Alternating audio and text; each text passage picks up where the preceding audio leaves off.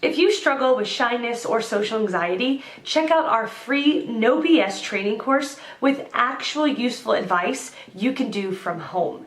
None of that just get out there nonsense. The link is in the description below. For now, let's get to today's question. The question, what are some ways to overcome shyness when speaking? Answer by Mac Andrews, MSRP. Living authentically with confidence. What a necessary question. You ask this for thousands upon thousands of people. You have spoken up about something important, and for someone who owns up to their shyness, this is a powerful and courageous thing to do. So thank you. It never ceases to amaze me what a terrible relationship we human beings have with our fear. We are so afraid of our fear. We have fear of our own fear as if fear is an enemy of some kind. Fear is a friend, and sometimes fear is a bit overzealous in his/her duties and becomes a terrible master. Fear is a normal human response. It is normal and healthy to feel fear. Fear is the quick and dirty response, much quicker than conscious awareness, that there are signs that danger may be present in our environment. That quick and dirty emotional reflex has been essential to our success as a species. We have learned to defeat most of our predators because of it. Speed helps us survive when thought would slow us down and we might die. Fearing our fear is not a great idea because fear is a survival tool. We need it. The problem is that we have created rules about fear. It is seen as a weakness by many people. We don't want our children to feel fear, so we tell them things about fear like my dad did. He told me boys aren't afraid. This caused me all sorts of problems because it meant wasn't a proper boy because I felt afraid every day about one thing or another. The lessons about fear being a disorder or an illness or some sort of flaw of personality are everywhere, and through my work over several decades I realize that this is simply not helpful at all. You see, we learn to fear people. We learn that people are dangerous to our well-being. We are born dependent on others for our very survival. We know as embodied knowledge that to be abandoned by everyone is life-threatening. Imagine a baby crying. The baby is crying to call attention to something. A baby's cry is designed to elicit a subtle fear response in adults, to create a fuss of attention to needs that might be very pressing and urgent, and might otherwise be missed. If the attention comes, and the fuss resolves the needs, then the baby builds confidence and trust. So the responses to others to our voice at its most basic teach us whether or not our voice is acceptable. Does it result in creating supportive relationship or does it result in rejection?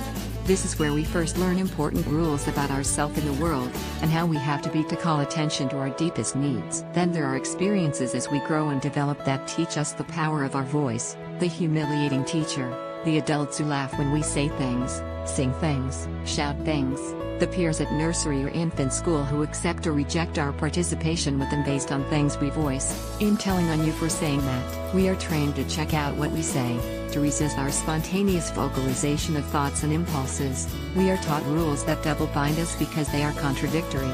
Never tell a lie, but don't tell grandma that you hate kissing her goodbye because she smells of pee.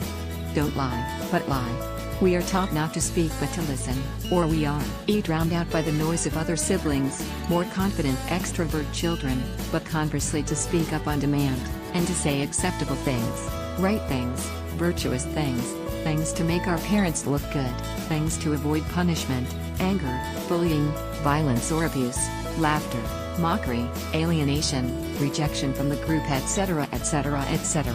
For many of us, talking was fraught with dangers, and so we learned to fear speaking up. This, of course, is entirely reasonable. Why would we stick our hand in the fire twice? Why would we risk the past happening again in the present if the answer is simply to remain silent, or only say well-rehearsed and safe phrases like, "I'm fine. How are you?"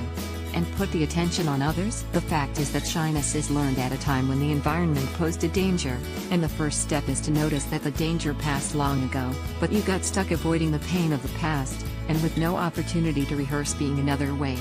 It did not feel safe. Powerful things you can do: go and join an amateur acting group and act.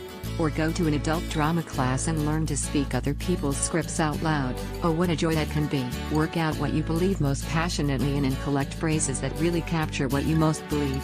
For example, well, as Nietzsche says, what doesn't kill you makes you strong. Go and find a drama therapist or an expressive therapy group where what you have to say and the impulses to say them are going to be freed up regardless of what anybody thinks, feels or says as a result of your saying them. Look inside you at the timid little boy/girl that first learned to keep quiet. Imagine him/her in front of you, Imagine taking them in your arms and telling them that now is their time to speak up and not care how other people react. Let other people think and feel for themselves, and if they disagree with you, then the debate is enriched by that. Nobody is wrong or right. When we demand people respond a certain way to us, we take them hostage. We don't have conversations. Set them free in your mind to think what they want. If you want to know how we sort out exactly this issue, read Answer Freezing the Authentic Self by yours truly, and you can read it for free. Good luck whoever you are. Go discover all you can be by listening to all of the amazing things you have to say that have hitherto remained unsaid. I send you my loving support as you do so. World's biggest archive of books. Answer by Ray Stonehouse. At its essence, shyness is merely a lack of self-confidence and skills to use in social settings. Difficulty in public speaking, whether it be to larger groups of people or even to smaller groups, is also related to a lack of self-confidence and a lack of skills. Therefore, the easy answer is to increase your self-confidence and your public speaking skills. Easy to define, but it takes a lot of work to make it happen. A lot of work, but readily achievable. Assuming you are over the age of 18, finding and joining a local Toastmasters group can go a long way in reducing your shyness and increasing your self-confidence. Your fellow Toastmaster members will help you become more self-confident by providing you many different styles of speaking opportunities. By speaking more often, in different situations, you desensitize your feelings of anxiety. Eventually, with enough speaking opportunities, your lack of fear gets neutralized and you can start creating speaking skills. You can also help reduce your shyness by taking chances and talking to people more often. After a conversation, when alone, try to review the conversation. What worked for you? Were you understandable? When you said something, did the other person understand you or did you confuse them? You can't learn to be unshy by osmosis. You can't read about it. You have to get out there and do something about it. It is often said that practice makes perfect. It's not true. If you keep making mistakes or repeating actions that are ineffective, you just get better at making mistakes or being ineffective. You need someone to provide you with constructive feedback. This is where someone gives you an evaluation of what worked, what didn't work, and provide you with some suggestions to improve next time. This is where a Toastmasters Club comes in. They are a good source of constructive feedback. You might also try emulating the socializing/speaking style of someone in your sphere of connections until you develop your own.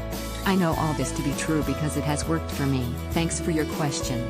Good luck with your journey of building your self-confidence. Answer by Felix Chen. I was a shy kid. I would sit in the back of the classroom just to avoid being called on.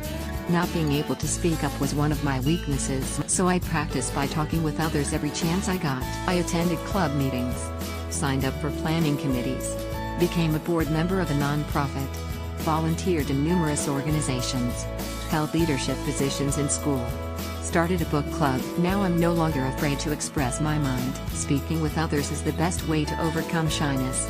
Y'all get familiar with the experience of messing up so you can come back stronger the next time.